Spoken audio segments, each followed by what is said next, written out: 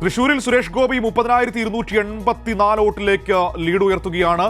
കോൺഗ്രസിന് ഒറ്റയ്ക്ക് 100 സീറ്റുകളിൽ മുകളിൽ ലീഡ് ലഭിച്ചിരിക്കുന്നു. കുറെ കാലങ്ങൾക്ക് ശേഷം വളരെ പ്രധാനപ്പെട്ടതാണത്.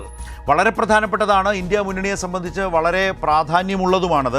പ്രശാന്ത് കിഷോറിനെ പോലെയൊക്കെയുള്ള തെരഞ്ഞെടുപ്പ് വിദഗ്ധർ കോൺഗ്രസ് 100-ൽ പരം ഒരു 3 ഡിജിറ്റ്സിലേക്ക് കടക്കില്ല എന്നാണ് പ്രവചിച്ചത്. അത് മാറ്റിമറിച്ചുകൊണ്ട് മാധ്യമങ്ങളുടെ കാഴ്ചപ്പാടുകളെയും മാറ്റിമറിച്ചുകൊണ്ട് 100 കടക്കുന്നു എന്നുള്ളതാണ്. രാജേന്ദ്രൻ ഒരു പൊതുസ്ഥിതി അതിൻ്റെ വിശദാംശങ്ങളുമായി നമ്മൾക്കൊപ്പം ചേരുന്നുണ്ട്. രാജേന്ദ്രൻ, ക്യുക്കായി എങ്ങനെയാണ് രാജ്യത്തിൻ്റെ ഒരു പൊതുസ്ഥിതി ഈ പറഞ്ഞ വിധത്തിൽ ഇന്ത്യ മുന്നണിക്ക് കൂടുതൽ പ്രതീക്ഷ നൽകുന്ന വിധത്തിൽ വന്നുകൊണ്ടിരിക്കുന്നത്?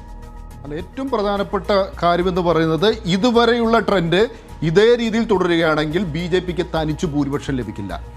2019-ൽ 303 സീറ്റുകൾ BJPക്ക് ലഭിച്ചിരുന്നു. BJPക്ക് തനിച്ചു ഭൂരിപക്ഷം കിട്ടില്ല. ഇപ്പോഴുള്ള ട്രെൻഡ് അനുസരിച്ച് 247 സീറ്റുകളാണ് BJP ലീഡ് ചെയ്യുന്നത്. NDAക്ക് 291 സീറ്റുകൾ ലീഡ് ചെയ്യുന്നുണ്ട്. പരമാവധി ഒരു 250 സീറ്റുകൾ വരെ BJPക്ക് ലഭിച്ചേക്കും. അതുകൊണ്ട് മോദിയുടെ പ്രഭാവം പൂർണ്ണമായും മങ്ങുന്നു.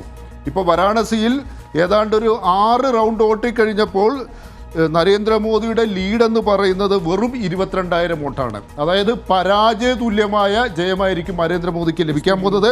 മാത്രമല്ല, ഏറ്റവും ശ്രദ്ധേയമായ ചില വിവരങ്ങൾ UPയിൽ നിന്നും വരുന്നുണ്ട്. ഫൈസാബാദ് മണ്ഡലത്തിൻ്റെ പ്രത്യേകത എന്തെന്നാൽ അയോധ്യ അവിടെയാണ് സ്ഥിതി ചെയ്യുന്നത്. ഏറ്റവും പ്രധാനപ്പെട്ട BJPയുടെ പ്രചാരണ വിഷയം അയോധ്യയിലെ പ്രാണപ്രതിഷ്ഠയായിരുന്നു. ആ മണ്ഡലത്തിൽ BJPയുടെ സ്ഥാനാർത്ഥി ലല്ലു സിംഗ് ഇപ്പോഴും 4,800 വോട്ടുകൾക്ക് പിറകിലാണ്. അവിടെ സമാജ്വാദി പാർട്ടി സ്ഥാനാർത്ഥിയാണ് ലീഡ് ചെയ്യുന്നത്. അമേഠിയിൽ അതുപോലെ അവിടെ കോൺഗ്രസ് ആണ്. അമേഠിയിൽ സ്മൃതി ഇറാനി 19,037 വോട്ടുകൾക്ക് പിറകിലാണ്. അതുപോലെ ഏതാണ്ട് UPയിലെ ഇതേവരെയുള്ള കണക്കുകൾ അനുസരിച്ച് 41 സീറ്റുകളിലാണ് UPയിൽ ഇന്ത്യ സഖ്യ സ്ഥാനാർത്ഥികൾ ലീഡ് ചെയ്യുന്നത്. 41 സീറ്റുകളിൽ ഇന്ത്യ സഖ്യം ലീഡ് ചെയ്യുമ്പോൾ BJP ലീഡ് ചെയ്യുന്നത് വെറും 38 സീറ്റുകളിൽ മാത്രമാണ്. ഈ തെരഞ്ഞെടുപ്പിലെ ഒരു ഘട്ടത്തിലും ഈ മാധ്യമങ്ങളോ അതുമല്ലെങ്കിൽ ഈ സർവേ ഏജൻസികളോ ഒന്നും പറയാത്ത കാര്യം, അതിനെല്ലാം തികച്ചും ഘടകവിരുദ്ധമായ കാര്യം, ഒരു ട്രെൻഡാണ് നമുക്ക് UPയിൽ നിന്ന് ലഭ്യമാകുന്നത്. അവിടെ അതിശക്തമായ BJP വിരുദ്ധ വികാരം, അതിലുപരിയായിട്ട് മോദി വിരുദ്ധ വികാരം ഉണ്ടെന്ന് വളരെ വ്യക്തമാണ്. അതുപോലെ BJPക്ക് തിരിച്ചടി നേരിട്ട മറ്റൊരു പ്രധാനപ്പെട്ട സംസ്ഥാനം എന്ന് പറയുന്നത് മധ്യപ്രദേശാണ്, മഹാരാഷ്ട്രയാണ്. മഹാരാഷ്ട്ര, പശ്ചിമ ബംഗാളിലും BJPക്ക് കഴിഞ്ഞ തവണ 18 സീറ്റുകൾ ഉണ്ടായിരുന്നു. എന്നാൽ ഇപ്പോൾ ലീഡ് ചെയ്യുന്നത് കേവലം 13 സീറ്റുകളിൽ മാത്രമാണ്. അവിടെ തൃണമൂൽ കോൺഗ്രസ് നല്ല പ്രകടനം കാഴ്ചവെക്കുന്നുണ്ട്. 28 സീറ്റുകളിലാണ് അവിടെ തൃണമൂൽ കോൺഗ്രസ് ലീഡ് ചെയ്യുന്നത്. നേരത്തെ പറഞ്ഞ പോലെ പ്രധാനമായും 3 സംസ്ഥാനങ്ങൾ, ഒന്ന് ഉത്തർപ്രദേശ്, മറ്റൊന്ന് മഹാരാഷ്ട്ര, മറ്റൊന്ന് രാജസ്ഥാൻ. ഈ 3 സംസ്ഥാനങ്ങളിലാണ്, അതുപോലെ ഹരിയാന, അത്തരത്തിലുള്ള ചെറിയ സംസ്ഥാനങ്ങളിലെല്ലാം BJPക്ക് സീറ്റുകൾ കുറയുന്നു. പക്ഷേ ഏറ്റവും കൂടുതൽ സീറ്റുകളുള്ള ഇന്ത്യയിലെ 3 സംസ്ഥാനങ്ങൾ, 80 സീറ്റുകളുള്ള ഉത്തർപ്രദേശ്, 48 സീറ്റുകളുള്ള മഹാരാഷ്ട്ര, 42 സീറ്റുകളുള്ള പശ്ചിമ ബംഗാൾ.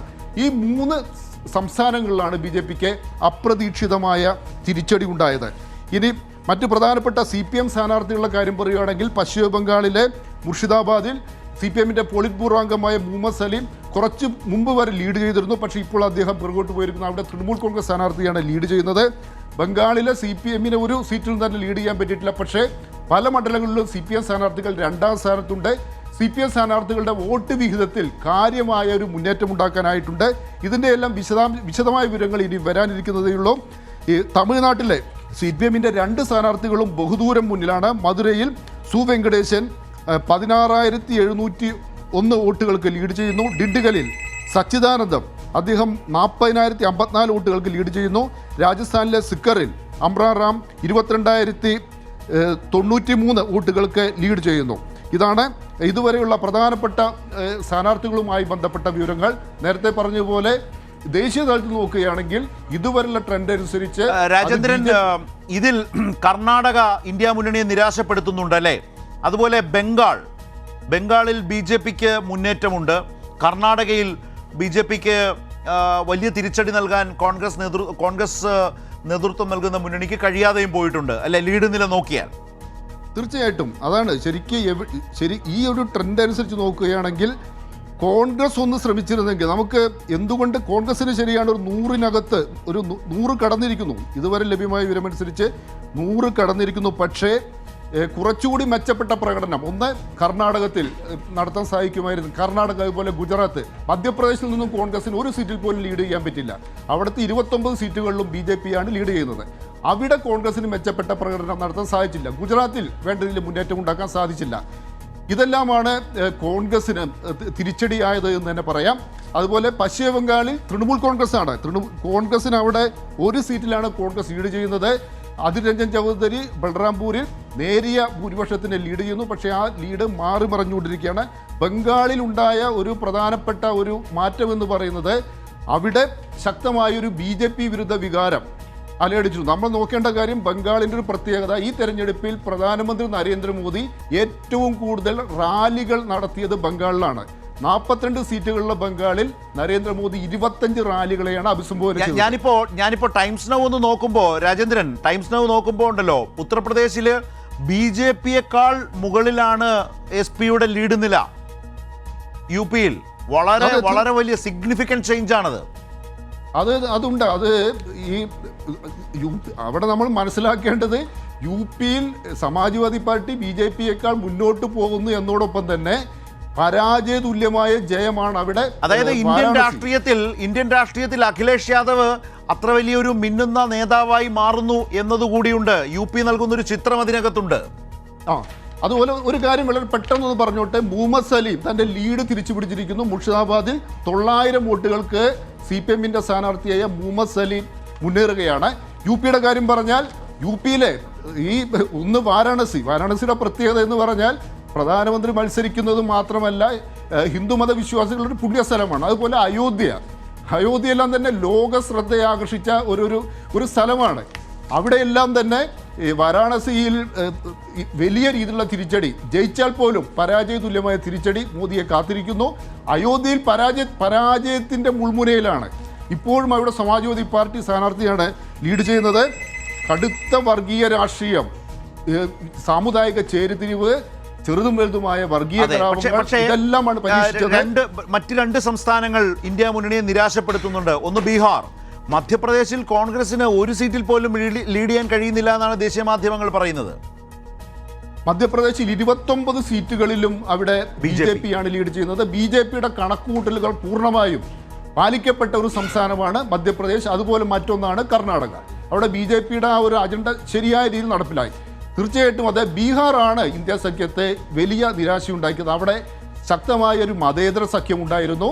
ഈ രാജസ്ഥാനിൽ ഒരു കോൺഗ്രസിൻ്റെ നേതൃത്വത്തിൽ നല്ലൊരു മതേതര സഖ്യം ഉണ്ടാക്കാൻ സാധിച്ചു. അതിൻ്റെ നേട്ടം അവിടെ നമുക്ക് കാണാൻ സാധിക്കുന്നുണ്ട്.